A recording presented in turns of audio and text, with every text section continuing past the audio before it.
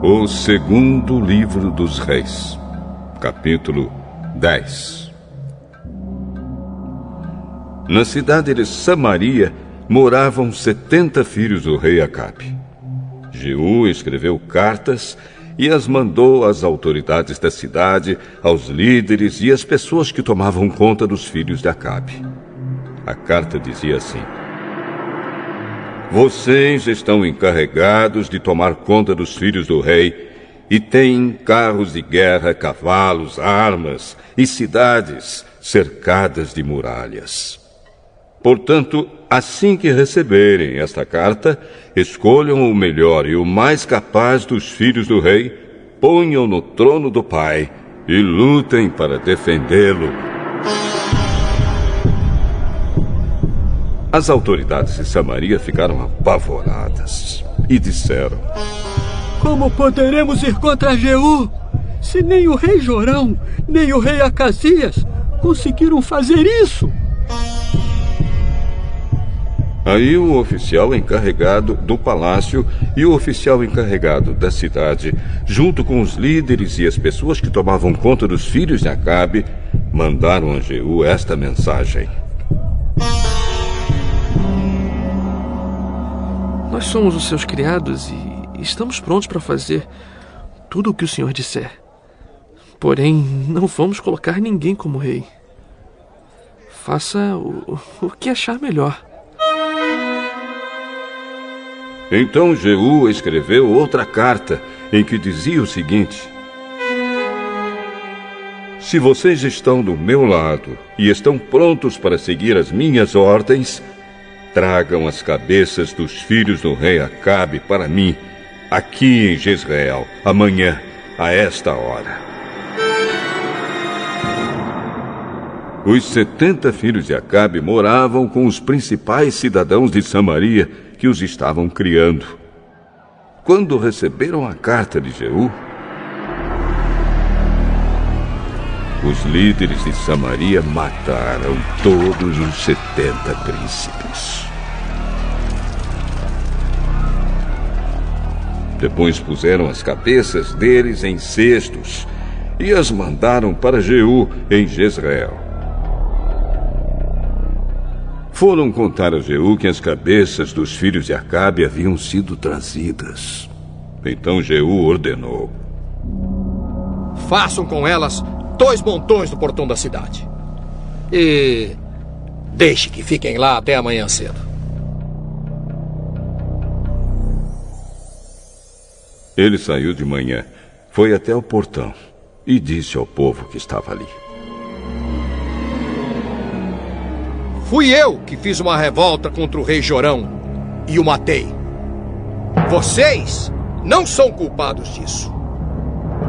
Mas quem foi que matou todos estes? Isso prova que vai acontecer tudo aquilo que o Senhor Deus disse a respeito dos descendentes de Acabe. O Senhor fez aquilo que prometeu por meio do seu servo Elias. Então Jeú mandou matar todos os outros parentes de Acabe que moravam em Jezreel e também todas as autoridades do seu governo, amigos íntimos e sacerdotes. Não escapou nenhum deles. Jeú saiu de Jezreel para ir até Samaria. No caminho, num lugar chamado Campo dos Pastores, ele encontrou alguns parentes do falecido rei Acasias de Judá e perguntou: quem são vocês? Somos parentes de Acasias. Estamos indo para Jezreel a fim de cumprimentar os filhos da rainha Jezabel e o resto da família do rei. Então Jeú ordenou aos seus homens: peguem essa gente, quero todos vivos. Eles os prenderam e os mataram perto de um poço que havia ali. Eram 42 ao todo e nenhum deles foi deixado vivo.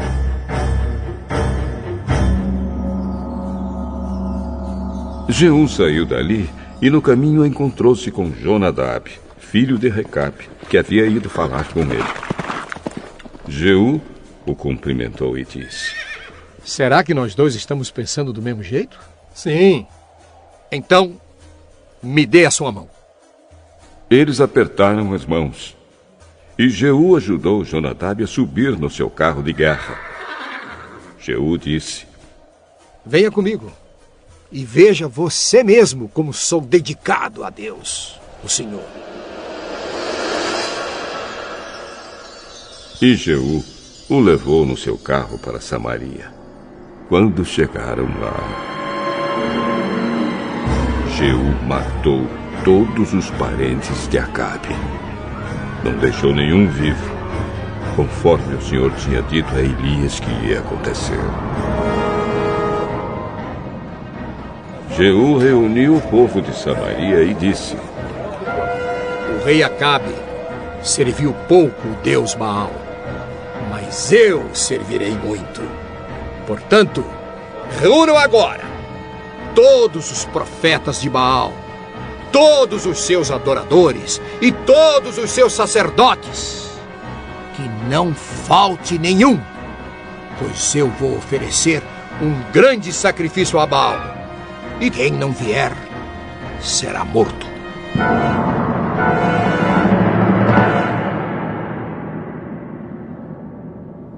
Mas esse era um jeito de Jeú enganar os adoradores de Baal para poder matá-los.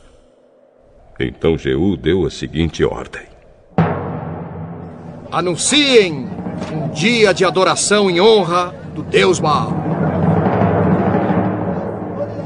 O aviso foi feito, e Jeú mandou mensageiros por toda a terra de Israel.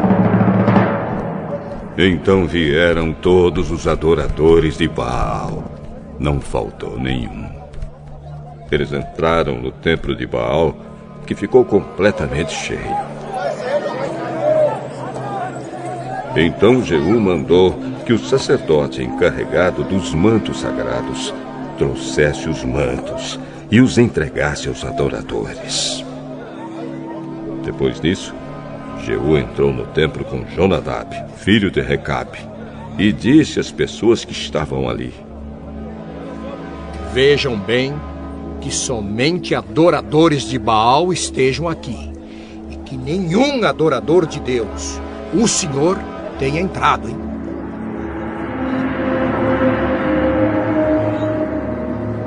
Aí ele e Jonadab entraram para oferecer sacrifícios e queimar ofertas a Baal. Jeú havia mandado que 80 homens ficassem do lado de fora, dando-lhes a seguinte ordem: Matem todas essas pessoas que vou entregar a vocês. Quem deixar uma delas escapar, pagará com a vida por isso. Assim que Jeú apresentou as ofertas, disse aos guardas e aos oficiais: Entrem e matem todos.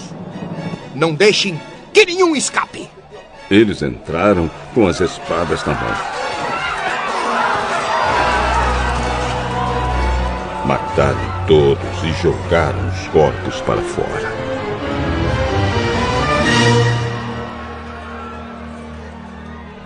Então entraram no santuário interior do templo, levaram para fora as colunas que estavam no templo de Baal e as queimaram. Também destruíram a coluna de Baal e o seu templo. E fizeram esse templo virar uma privada, que existe até hoje. Foi assim que Jeú acabou com a adoração de Baal em Israel. Mas ele não abandonou os pecados do rei Jeroboão, filho de Nebate, que levou o povo de Israel a cometer o pecado de adorar os touros de ouro que ele havia colocado em Betel e em Dan. O Senhor Deus disse a Jeú: Você fez com os descendentes de Acabe tudo aquilo que eu queria que fizesse. Por isso prometo que até a 4ª geração os seus descendentes serão reis de Israel.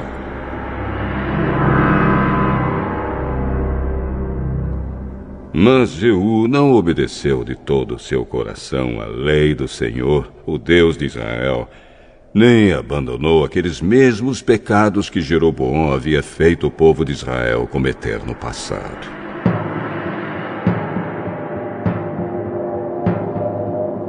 Nesse tempo, o Senhor Deus começou a diminuir o território de Israel.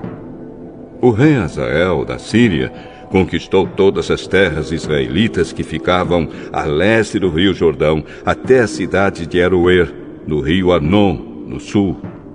E isso incluía as regiões de Gileade e Bazã, onde moravam as tribos de Gade, Ruben e Manassés do leste. Todas as outras coisas que Jeú fez, e também os seus atos de coragem, estão escritos na história dos reis de Israel. Ele morreu e foi sepultado em Samaria, e o seu filho Jeoacás ficou no lugar dele como rei.